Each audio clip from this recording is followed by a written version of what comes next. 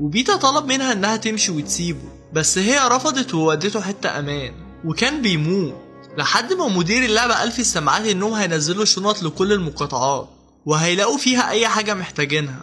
وكاتنس عرفت انه اكيد فيها علاج لبيتا، بس هو رفض انها تروح لانها هتغامر بحياتها.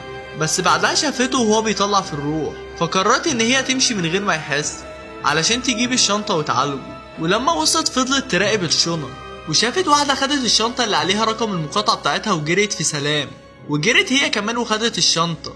بس في واحدة رمت خنجر عليها وجه في وشها وحاولت تضربها بالرمح بس ملحقتش، والبنت سيطرت عليها وكانت لسه بتموتها، بس في واحد مسك ايدها في اخر لحظة وقتلها، وده كان من المقاطعة ال11 بتاعت رو.